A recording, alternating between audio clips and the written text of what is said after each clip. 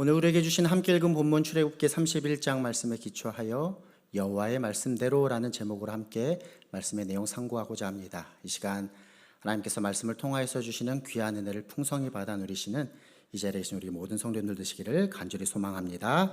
아멘. 여기 모인 우리는 신앙생활을 하고 있습니다.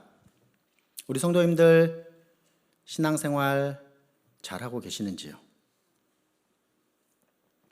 스스로의 신앙생활을 잘하고 있는지 확인하는 한 가지 좋은 방법을 제가 소개해 드리려고 합니다. 내가 신앙생활을 잘하고 있는지 확인하는 좋은 방법은 바로 하나님의 말씀과 내 삶 사이의 거리가 얼마나 되는가를 확인하는 것입니다. 내게 주신 말씀을 기억하며 붙잡고 이루는 삶을 살아간다면 이처럼 하나님의 말씀과 내 삶을 거리가 멀지 않게 일치시키고자 한다면 분명 신앙생활을 잘하는 모습이실 것입니다. 그런데 하나님의 말씀이랑 아무런 상관없듯이 하나님의 말씀은 까맣게 잊어버리고 또 어느 순간 다 잃어버리고 그렇게 내 삶을 말씀과 별로 그렇게 상관관계 없이 멀게 살아간다라고 한다면 분명 신앙생활을 잘하는 모습은 아닐 것입니다. 다시 질문드립니다. 사랑하는 우리 성도 여러분, 신앙생활 잘하고 계시는지요? 지난 주일 말씀이 무엇인지가 딱 떠오르시면 감사한 일인데 제가 힌트를 벌써 드렸어요. 지난 주일 말씀이 떠오르지 않으신다면 한 번쯤은 반성하고 하나님 앞으로 돌아갈 필요가 있을 것 같습니다. 우리가 잘 아는 시편 119편 105절 말씀은 무엇이라 기록하고 있습니까? 주의 말씀은 내 발의 등이요 내 길의 빛이니이다 라고 기록하고 있습니다. 이 안에 담긴 말씀의 의미가 무엇입니까? 말씀의 인도를 받는 삶, 말씀과 동행하는 삶, 그처럼 말씀을 따르며 이루는 삶을 교훈하고 있는 것입니다. 이처럼 신앙과 하나님의 말씀과 내 삶의 간격을 메우는 모습 또는 신앙과 삶 사이에 무엇인가 세워져 있는 벽을 허무는 모습 곧 말씀의 순종함으로 하나님과 나와의 관계를 무엇인가 끈끈하고 친밀하게 하는 것이 신앙생활 잘하는 모습일 것입니다. 바라기는 이와 같이 여호와의 말씀대로 살아가는 삶으로 신앙생활을 잘 하시는 이 자리에 계신 우리 사랑하는 모든 성도들 되시기를 간절히 소망합니다. 아멘. 지금까지 살펴본 내용과 연결하여서 우리가 본문에서 발견해야 할 중요한 한 가지의 표현이 있습니다. 오늘 본문으로 들어가 보면 출애굽기 31장의 말씀, 특별히 두 부분으로 다음과 같이 나누어 볼 수 있습니다. 1절로 11절까지를 앞부분으로 나누어 볼 수 있고 12절부터 17절까지를 뒷부분으로 나누어 볼 수 있는데 앞부분과 뒷부분을 시작하는 1절과 12절 말씀이 공이 다음과 같이 기록하고 있습니다. 우리 같이 한번 읽어보겠습니다. 1절입니다. 여호와께서 모세에게 말씀하여 이르시되, 이 내용이 12절에도 공이 여호와께서 모세에게 말씀하여 이르시되 라고 기록되어 있음을 우리가 발견하게 됩니다. 이 내용이 중요하기에 오늘 설교의 제목을 제가 여호와의 말씀대로 라고 정해보았습니다. 오늘 본문인 출애굽기 31장에 포함되어 있는 앞과 뒤의 단락을 시작하는 이 1절과 12절의 표현, 여호와께서 모세에게 말씀하여 이르시되, 오늘 본문에서만 중요할까요? 그렇지 않습니다. 오늘 본문의 바로 앞장인 출애굽기 30장으로 가면 이와 같은 표현을 우리는 곳곳에서 살펴볼 수 있습니다. 특별히 단락을 시작하는 부분에서 계속해서 다음과 같이 발견하게 됩니다. 30장 11절입니다. 여호와께서 모세에게 말씀하여 이르시되, 30장 17절입니다. 여호와께서 모세에게 말씀하여 이르시되, 22절입니다. 여호와께서 모세에게 또 말씀하여 이르시되, 30장 34절 보면 여호와께서 모세에게 이르시되 라고 단락을 시작하는 부분마다 이 내용을 강조하고 있습니다. 이와 같이 반복되고 있는 이 내용, 여호와께서 모세에게 말씀하여 이르시되 라고 하는 이 내용은 결국 우리가 지금까지 쭉 살펴본 출애굽기 25장부터 기록하고 있는 성막과 그 모든 기구에 어떠한 모양과 양식 또 제작의 방법까지 이 모든 것을 여호와 하나님께서 모세에게 말씀하여 이르신 대로 진행해야 한다라는 사실을 기록합니다. 사실 25장부터 31장까지는 지금 만들고 있는 것이 아닙니다. 하나님께서 모세에게 이처럼 만들어라 라고 하는 내용을 말씀하신 것입니다. 우리는 이제 시간이 지나면 출애굽기 35장부터의 말씀을 또 살펴보게 될 텐데요. 무엇인가 반복되는 것처럼 또 이렇게 말씀을 받을 수도 있습니다. 지금까지 이르신 것을 35장부터 39장까지는 어떻게 할까요? 만드는 내용을 출애굽기에서 기록하고 있기 때문입니다. 다시 돌아와서 말씀드리면 이처럼 여호와께서 모세에게 말씀하여 이르시되라고 하는 이 표현은 하나님께서 모세에게 말씀하신 대로 그 이르신 대로 진행해야 한다라는 사실을 강조하고 있는 것입니다. 그러면 이제 오늘 본문인 출애굽기 31장으로 돌아와 본문의 앞부분 1절로 11절 말씀에서 기록하고 있는 여호와께서 모세에게 말씀하여 이르신 내용은 무엇입니까? 그것은 바로 이제 성막과 그 모든 기구를 만드는 일을 총괄할 중요한 두 사람을 지명하여 세우라라고 하나님께서 명하십니다. 2절 말씀입니다. 우리 같이 한번 읽어보도록 하겠습니다. 읽습니다. 내가 유다 지파 훌의 손자요 우리의 아들인 부사레를 지명하여 부르고 6절 상반절 말씀도 같이 한번 읽어보겠습니다. 내가 또 단지파 아이사막의 아들 오홀리압을 세워 그와 함께하게 하며라 기록합니다. 성막과 그 모든 기구를 만드는 일을 총괄할 이 두 명의 우두머리 누구입니까? 부사렐과 오홀리압을 세워라라는 것이 하나님께서 모세에게 말씀하신 내용입니다. 유다 지파에 속한 우리의 아들이었던 부살렐이라고 하는 이름의 뜻은 하나님의 그늘, 즉 하나님의 보호의 그늘 아래에서라는 이름의 뜻을 갖습니다.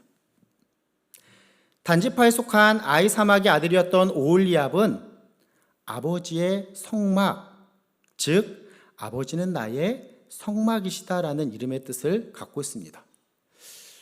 참 성막을 만드는 이 일과 이름의 의미가 잘 매치가 되고 있습니다. 성막과 그 모든 기구를 만든 일을 총괄한 이 우두머리의 두 사람, 부사렐과 오홀리압 두 사람이다라는 사실을 우리가 살펴보았는데요. 사실 성경에서 우리에게 더욱더 전하고 있는 중요한 내용이 있으니 바로 이것입니다. 우리 2절 읽었는데 2절, 3절 같이 한번 읽어보도록 하겠습니다. 읽습니다. 내가 유다 지파 훌의 손자요 우리의 아들인 부살렐을 지명하여 부르고 하나님의 영을 그에게 충만하게 하여 지혜와 총명과 지식과 여러 가지 재주로라 기록합니다. 하나님께서 부살렐을 지명하여 부르셨는데 그에게 하나님의 영을 충만하게 하셨다라는 것이 본문의 내용입니다. 하나님의 영, 히브리어로 루아흐 엘로힘이라고 하는 말인데요. 루아흐라고 하는 것은 생기 이와 같은 내용으로 번역되는 단어이기도 합니다. 아까 우리 권사님 기도하신 것처럼 에스겔서 37장에서도 생기가 있을 때에 마른 뼈가 살아나게 되잖아요. 이와 같은 내용으로 사용되는 단어가 루아흐인데 엘로힘, 하나님이라고 하는 단어와 연결하여서 루아흐 엘로힘이라고 하는 것은 구약 성경에서 성령 하나님을 나타내는 대표적인 표현입니다. 그럼 어떠한 의미입니까? 하나님의 영이 즉 성령으로 충만하게 체험을 받은 인물이 바로 부살렐이다. 이 부살렐이 성막의 귀한 그 제작을 담당하게 되었다라는 것이 본문의 의미입니다. 6절 말씀도 마찬가지입니다. 제가 한번 읽어보겠습니다. 내가 또 단지파 아이사막의 아들 오홀리압을 세워 그와 함께하게 하며 지혜로운 마음이 있는 모든 자에게 내가 지혜를 주어 그들이 내가 내게 명령한 것을 다 만들게 할지니라 기록합니다. 여호와 하나님께서 부살렐과 마찬가지로 오홀리압에게도 지혜를 주겠다라고 약속으로 말씀하십니다. 지혜라고 하는 히브리어 단어를 호크마라고 쓰고 있는데요. 지혜를 주겠다라고 하신 것을 통하여서 오홀리압 또한 부살렐과 같이 하나님의 영인 성령을 주겠다라고 하신 것으로 우리가 공히 이해할 수 있습니다. 더해서 6절 하반절 말씀을 보면 여호와 하나님께서 지혜를 주시는 대상을 지혜로운 마음이 있는 모든 자라고 표현하기도 합니다. 여호와 하나님께서 성막과 그 기구들을 제작하는 일을 하기 위하여서 부살렐과 오홀리압 외에 익명의 많은 사람들을 성령으로 감동시키셔서 지혜를 가지고 이 일들을 할 수 있도록 세우셨다라는 것이 오늘 본문의 의미입니다. 그럼 우리가 다음과 같이 한번 정리해 보면 좋을 것 같습니다. 본문의 앞부분을 통해서 우리가 정리해 볼 수 있는 두 가지 내용이 무엇입니까? 바로 이것입니다. 먼저 첫 번째로는 하나님께서 성막과 그 기구들을 제작하는 자들을 특별히 택하셨다라는 것이 첫 번째 내용입니다. 그리고 본문의 앞부분을 통해서 우리가 두 번째로 살펴볼 수 있는 것은 하나님께서 이들, 즉 성막을 제작할 수 있도록 택하신 자들을 어떻게 하셨다? 성령으로 충만케 하시며 지혜롭게 하셨다라는 것이 오늘 본문의 앞부분의 내용입니다. 구약시대의 성령 하나님은 이와 같이 특정한 때에 특정한 사람들에게 간헐적으로 임하셨습니다. 하나님의 영이 충만하였던 모습도 있지만 우리가 좀 이해하기는 어렵지만 하나님의 영이 떠나가기도 하는 모습을 우리가 대표적으로 사울을 통해서도 발견하게 됩니다. 무엇을 말씀드립니까? 구약에서 성령 하나님은 특별한 일에 특별한 사람들에게 특별하게 임하셨다라는 것을 지금 말씀드립니다. 그러면 예수님께서 승천하신 이후, 즉 신약의 시대에 성령 하나님은 어떻게 임하셨을까요?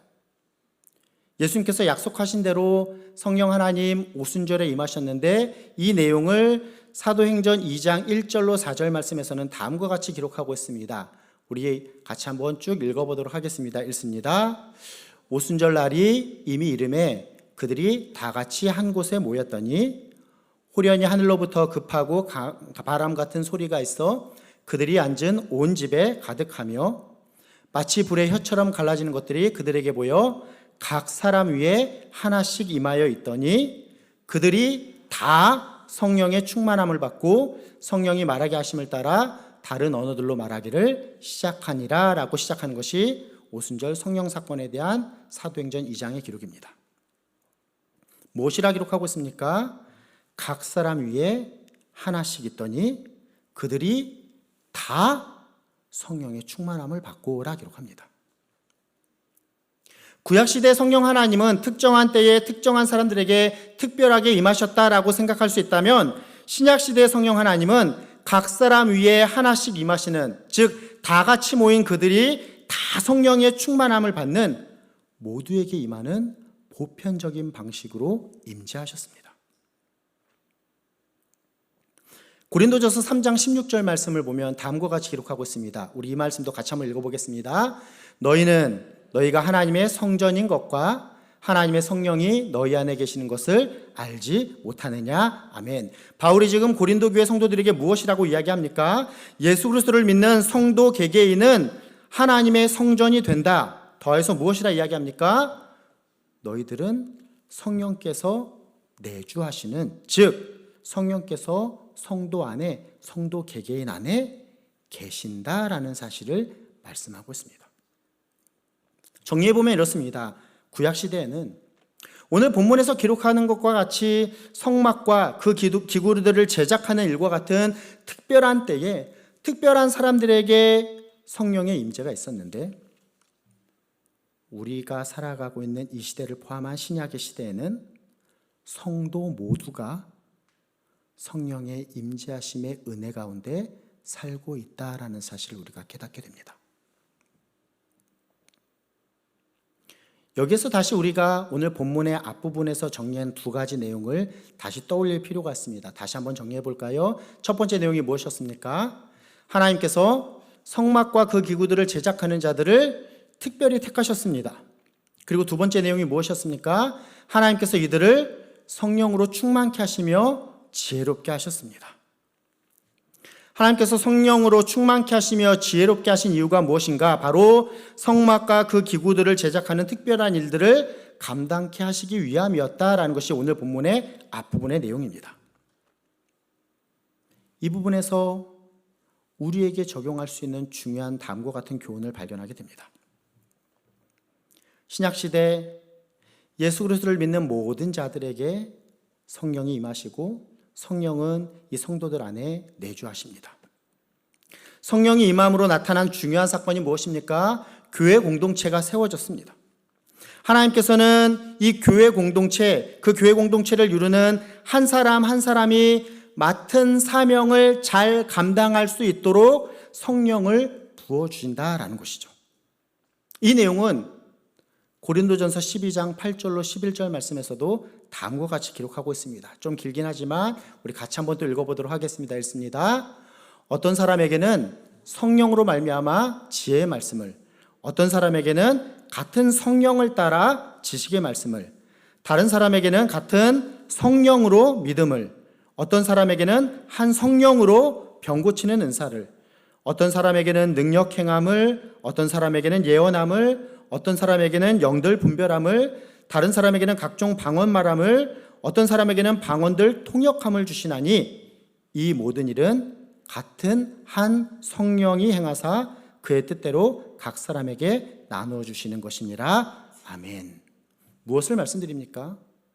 한 성령 안에서 교회 공동체가 세워지고 교회 공동체에 속한 모든 성령께서 내주하시는 각 사람은 자신이 맡은, 자신에게 주어진 달란트를 가지고 맡겨진 사역들을 감당하는 모습, 자신들의 은사에 따라 사역들을 감당하는 모습이다라는 사실을 바울이 고린도 교회 성도들에게 전하고 있습니다. 이 귀한 교훈은 우리에게도 동일하게 적용됩니다. 사랑하는 성도 여러분, 우리 모두 성도로서 성령께서 내주하시는 존재입니다. 아멘이십니까? 아멘입니다. 성령께서 내주하시는 구원받은 성도로서 그렇다라고 한다면 나는 한 성령 안에서 교회에 주신 사명을 감당하는 그와 같은 참된 성도의 모습으로 살아가고 있는가를 스스로에게 질문하며 점검해 볼 필요가 있습니다. 한 문장으로 이렇게 정리할 수 있을 것 같습니다. 나는 나에게 주신 사명을 잘 감당하고 있는가? 안타깝게도 이 시대의 신앙생활의 모습은 이러한 모습이어야 함에도 불구하고 이러한 모습을 갖습니다. 이러한 모습이라 한다는 것은 익명성 뒤에 숨어서 무엇인가 편안하게 신앙생활을 하겠다는, 즉 하나님의 뜻과 무엇인가 교회의 사명과는 거리가 먼 그냥 내 중심으로 나만의 편안함과 유익으로 신앙생활 아닌 신앙생활을 하고 있는 모습들이 이 시대에 나타나는 안타까운 신앙생활이라고 하는 모습일 것입니다. 교역자로서 안타까운 하나의 모습은 이것입니다. 등록하시는 성도님들 물론 여러 상황과 또 모습들이 있으시겠지만 저는 등록은 하는데 관심은 별로 갖지 않아 주셨으면 좋겠습니다. 제가 알아서 하겠습니다. 이런 성도님들이 요 근래 부쩍이나 많아진 세대를 우리가 살아가고 있습니다. 물론 이 수요예배에 나오신 성도님들, 맡겨주신 사명을 잘 감당하고자 하시는 참된 성도님들이시리라 믿습니다. 아멘이십니까? 아멘이실 것입니다.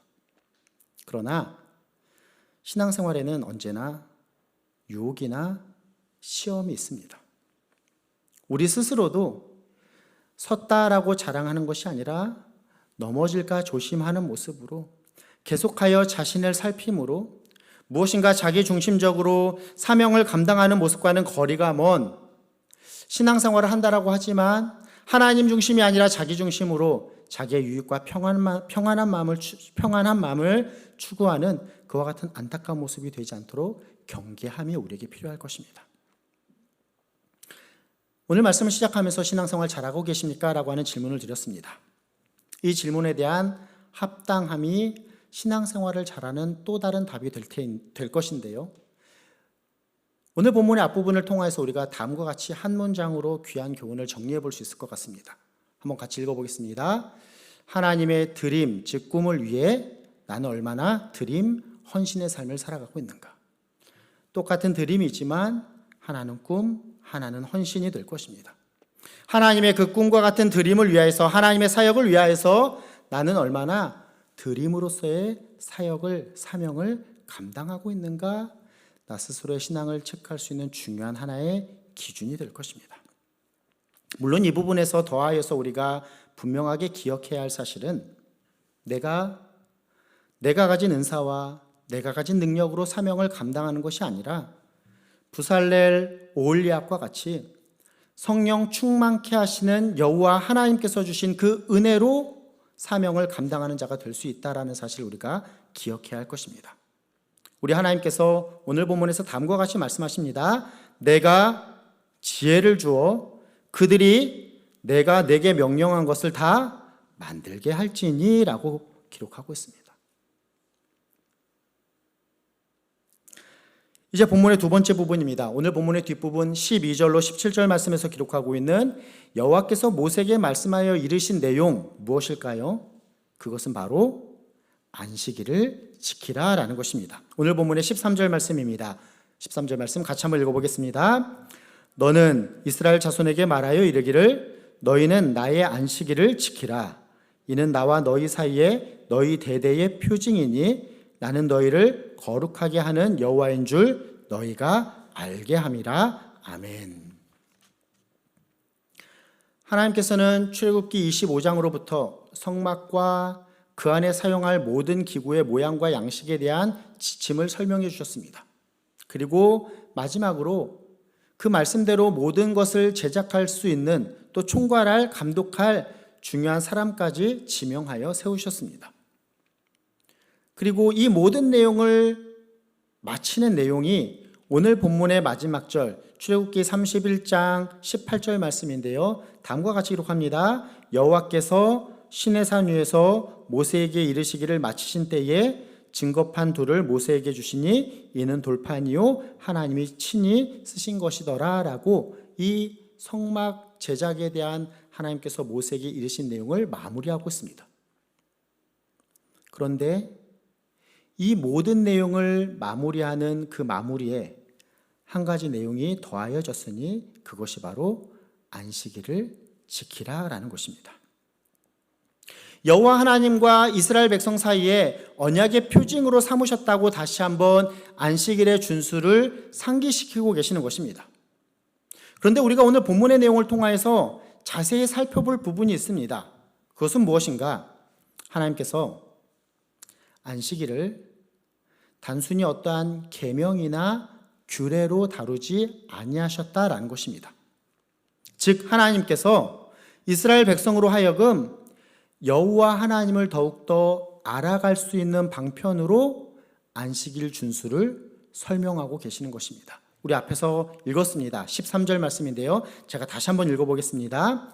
너는 이스라엘 자손에게 말하여 이르기를 너희는 나의 안식일을 지키라.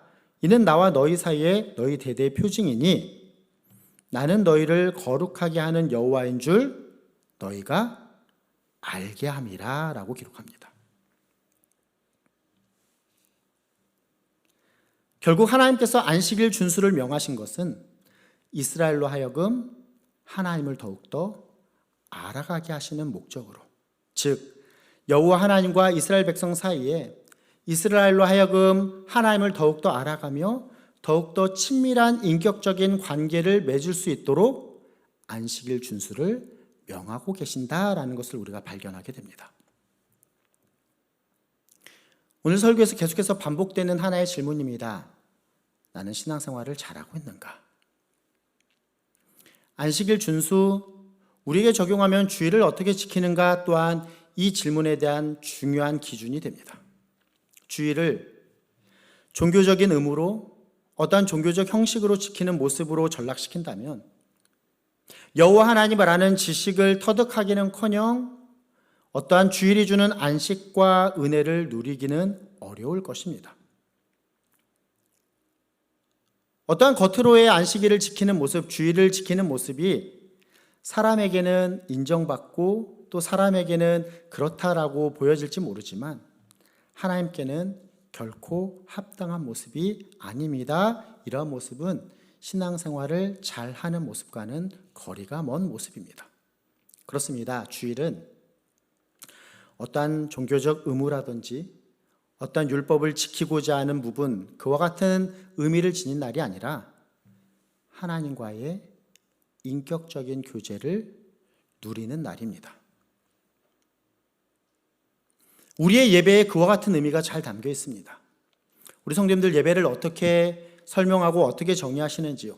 예배에 오면 많은 순서들이 있잖아요. 이 순서들, 물론 찬양, 기도, 참회 기도, 통성 기도, 여러 가지 순서들이 있지만 이 내용들은 쉽게 요약하면 다음과 같습니다. 우리가 하나님께 영광 올려드리고 하나님께서는 우리에게 은혜를 베풀어 주시는 것입니다.